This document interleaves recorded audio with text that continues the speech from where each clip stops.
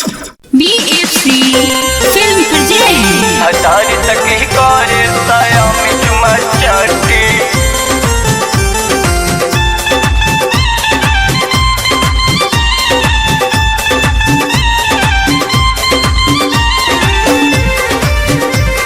हटारी सकी करे साया में चुमा चाटी पहले पहले गोनी सखी पहले गोनी सखी गवन के राती भतारी सखी करे साया में चुमा चाटी भतारी सखी करे साया में चुमा चाटी। अरे माई रे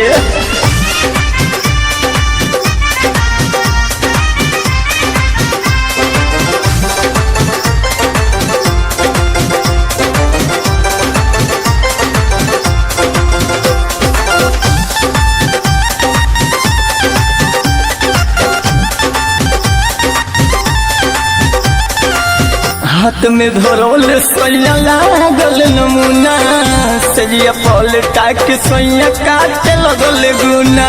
रे मारे काटे लगल गुना हाथ में धरोल सोया लागल नमूना सजिया पलटा के सोया काटे लगल गुना। केसिया बिखरल सोया गोनी की राती भतारी सखी करे साया में चुमा चाटी भतारी सखी करे साया में चुमा चाटी। अरे मारे दादा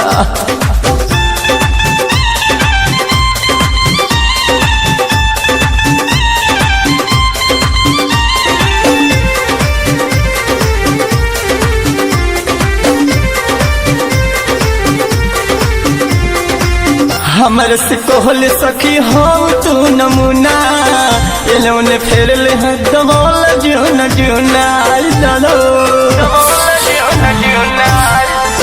हमर से कोहल सखी हो तू नमूना एलोने फेर ले दबोल जुना जुना। खूबे हिलौल सैया पलंग के पाटी भतारी सखी करे साया में चुमा चाटी भतारी सखी करे साया में चुमा चाटी। बड़ा महंगा बुझाता